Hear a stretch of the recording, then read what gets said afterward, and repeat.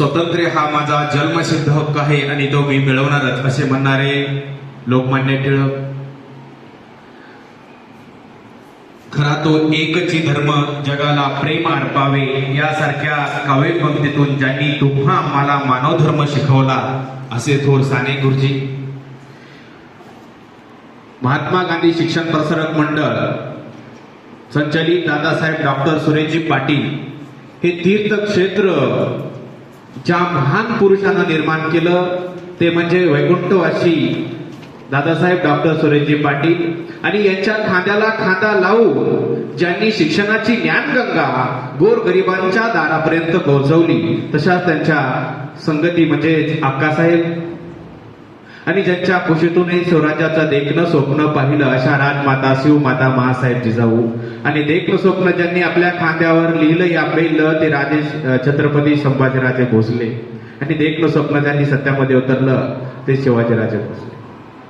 मित्रांनो, या सर्व स्त्री पुरुषांच्या विचाराला व प्रतिमेला नतमस्तक होऊन मी आपणास स्त्री सशक्तीकरण म्हणजे काय याच्याविषयी थोडक्यात बोलणार. मित्रांनो, स्त्री सशक्तीकरण म्हणजे काय तर स्त्रीचा सर्वांगीण विकास होणे यालाच तर आपण स्त्री सशक्तीकरण असे म्हणतो. मित्रांनो, एक प्रसंग तुम्हाला सांगतो. सावित्रीबाई फुले यांच्या आयुष्यातील एक कठीण प्रसंग तुम्हाला मी सांगतो. नित्याप्रमाणे सावित्रीबाई फुले एक दिवस मुलींना शाळेत शिकवण्यासाठी निघाले होते. सोबतच्या वह्या पुस्तकासोबतच सावित्रीबाई फुलेंना एक चोळी लुगडे सोबत न्यावे लागायचे. कारण रस्त्याने जाताना त्या सावित्रीबाईच्या अंगावर कोणीतरी सैद माती चिकूल फेकून मारायचे, कोणी अंगावर तुकायचे. तरी न रागवता न चिडता ईश्वर तुम्हाला सद्बुद्धी देव म्हणत सावित्रीबाई फुले शाळेत जात असत. तेथे गेल्यावर ती घाण झालेली साडी सोडून दुसरी स्वच्छ साडी नेसून त्या मुलींना शिकवायला सुरुवात करत. शाळा सुटली. सावित्रीबाई फुले झपाझप रस्ता कापू लागल्या. दर दिवसापेक्षा अधिक गर्दी तिथे वाढलेली जाणवत होती. बायका नेहमीप्रमाणे तिला बघायला दारा खिडक्यात होत्या. काही दट्टीगत संतान बहिष्काराची भाषा वापरत होते तर काही फिदी असत होते. त्या टोळक्यापैकी एक दांडगट दिसणारा व्यक्ती सावित्रीबाईंची वाट अडवून सावित्रीबाईंना दराडून म्हणाला, हे बघ सावित्री, बऱ्या बोलानं मुलींना शिकवणं बंद करून तू घरात बस, नाहीतर तुझी अमृतो सांभाळ असे म्हणत तो सावित्रीबाईंच्या अगदी समीप आला. सावित्रीबाई क्षणभर घाबरल्या आणि दुसऱ्या क्षणी ताड जाऊन त्याच्या गालात धट्टीकट आपला गळाजवळ जात त्या ठिकाणी उभा होता. सावित्रीबाई घरी गेल्या. ज्योतिराव सावित्रीबाईंना म्हणाले, बरं झालं सावित्री, तुम्ही या गावगुंडाला चांगली अद्दल करवली नाही. कारण ज्योतिराव म्हणाले होते, जर सावित्री सारखी जर स्त्री प्रत्येकाच्या घरात जन्माला आली तर स्त्रीवरचा अन्याय नक्कीच दूर होईल. स्त्रीला संघर्ष कशा प्रकारे करायचा हे तिला समजून जाईल.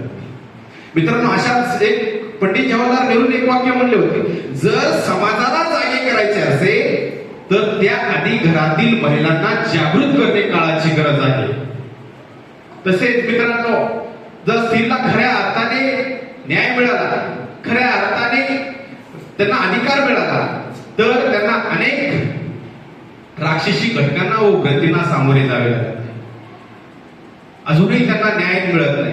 स्त्री पुरुष हा लैंगिक मतभेद भारताला आर्थिक, सामाजिक, शैक्षणिक घटकामध्ये मागे टाकत. मित्रांनो, पुरुषाच्या मला पक्के म्हणायचे वाटते, मनामध्ये धडपड होते.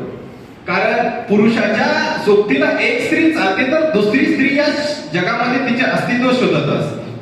मग स्त्रीबद्दल लिहायचे काय असा मनामध्ये एक संभ्रम निर्माण होतो, असा एक मनामध्ये प्रश्न निर्माण होतो. पण मित्रांनो, फक्त चूल आणि मूल या धोरणात असलेल्या स्त्रीने आज आपल्या घरचा उंबरठा ओरडला नाही. कारण आजची स्त्री पहिल्यासारखी राहिलेली नाही. कारण पुरुषाच्या खांद्याला खांदा लावून काम करणारी आजची स्त्री आहे आणि पुरुषासोबत प्रयत्न करत आहे. अनेक क्षेत्रामध्ये ते घेताना दिसून येत आहे. अनेक क्षेत्रामध्ये अनेक चांगल्या प्रकारची कामगिरी बजावताना आपल्याला दिसून येत आहे. मित्रांनो, स्त्रीला जरी शक्ती भेटली असली तरी त्याच्यातली स्मरणशक्ती मात्र अजून जिवंत आहे. आणि मित्रांनो, तुमच्या समोर अनेक स्त्रियांचे इतिहास आहेत. जसं की अनाथांची माऊली माता सिंधुताई सपकाळ, राजमाता जिजाऊ आहे, सावित्रीबाई फुले यांचे विचार आपल्या समोर आहेत. त्यांचे विचार आपल्या अंगी बाळगून यांच्या विचाराप्रमाणे आपण कार्य केलं पाहिजे आणि नक्कीच या महाराष्ट्रामध्ये होत असलेला अन्याय अत्याचार महिलांविरोधात बंद केलेला पाहिजे.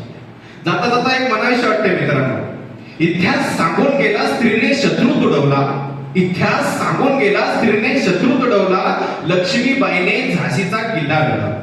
लक्ष्मीबाईने झाशीचा किल्ला लढवला. राजमाता जिजाऊने शोभा घडवला. राजमाता जिजाऊने शोभा घडवला. आणि महाराणी ताराबाईने महाराष्ट्रात औरंगजेब रडवला. महाराष्ट्रात औरंगजेब रडवला.